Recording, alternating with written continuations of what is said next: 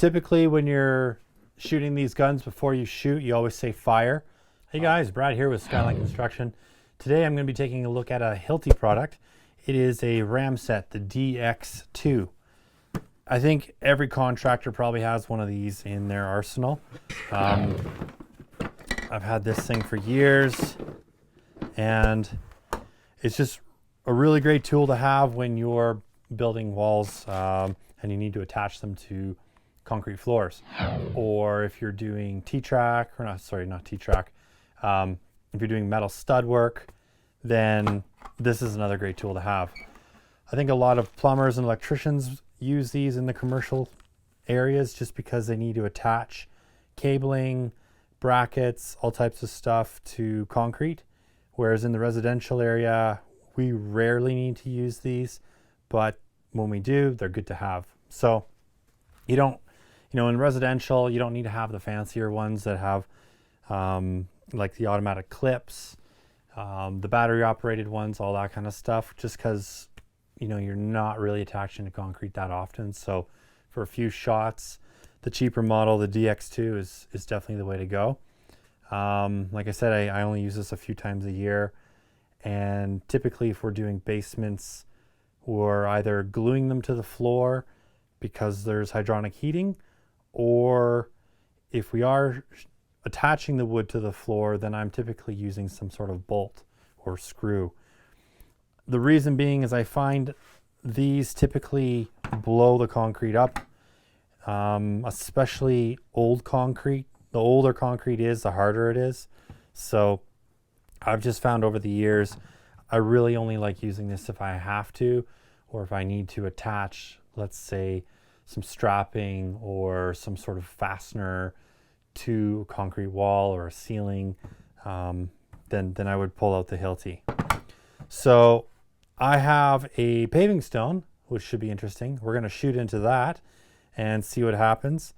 There are multiple different colors, and for your shots, these are basically like a 22 shot. So we got yellow, green, and red.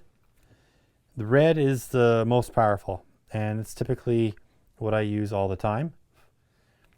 The green and the red, the green and the yellow, that's just if you're going into softer concrete. The red will definitely blow out of the way. Oh, look at this, got a mosquito. First mosquito of spring. It's buzzing around my set.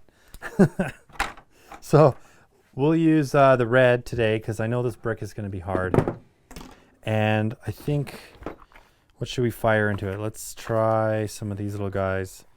These are XC32s, 1.25". All right, so we'll give these a whirl. They're a small nail, and they have a little washer on them. I'll put it here, you can see it a little better. So 1.25" nails. We'll pull a couple out. Maybe we'll do a couple shots if this works. Honestly, I haven't done this into a paving stone, so I don't know what the result's going to be.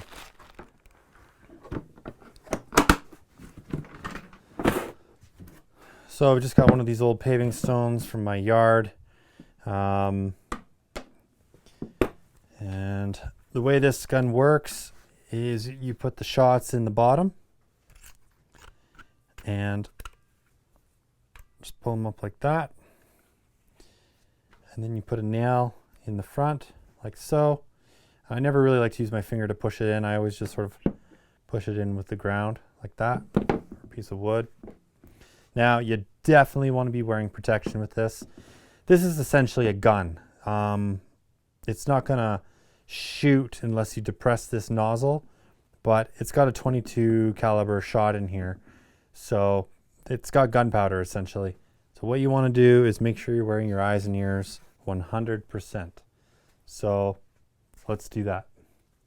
That means you too. Okay, all good.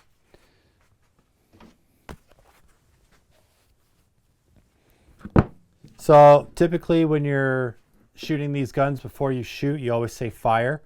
And that's just to let everyone around you know that you're shooting a powder-actuated gun.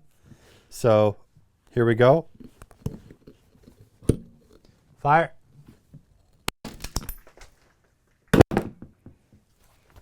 So as you can see, decimated this brick, but it sunk it in.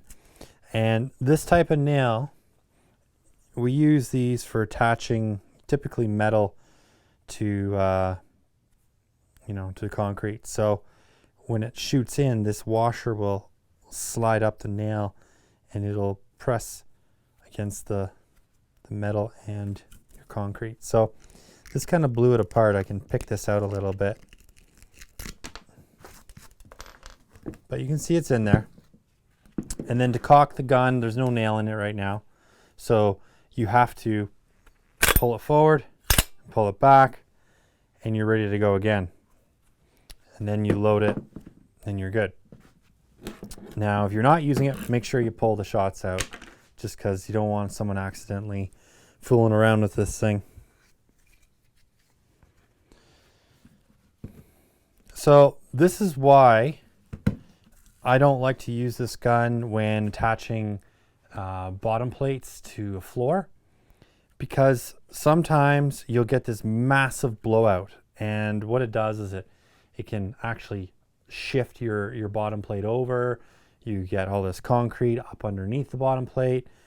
You'll be using longer nails than this, so sometimes what will happen is the nail will just skip out and bend underneath the plate.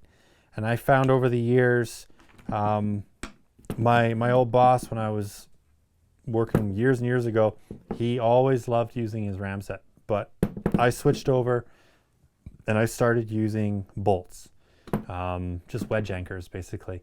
So we pre-drill and just slap a wedge anchor in there, and you know that board is going to stay exactly where you want it. Whereas with the ramset, not so much. So that's just my 2 cents. I mean, everyone's got a different way of attaching things. That's cool with me, but that's just how I do it. I prefer the wedge anchors, and I only use this when I absolutely have to, because it's violent, it's dangerous, and it doesn't always do a good job. As you can see, it'll just blow the brick right to pieces, and that is a good demonstration of what it can do to concrete sometimes, depending on the concrete. So I'd love to hear your thoughts, guys, on what you think about the Hilti DX2, or if you use a different model. I know Hilti has a ton of different models that they're using for concrete attachment, and they truly are the best brand out there for concrete attachment.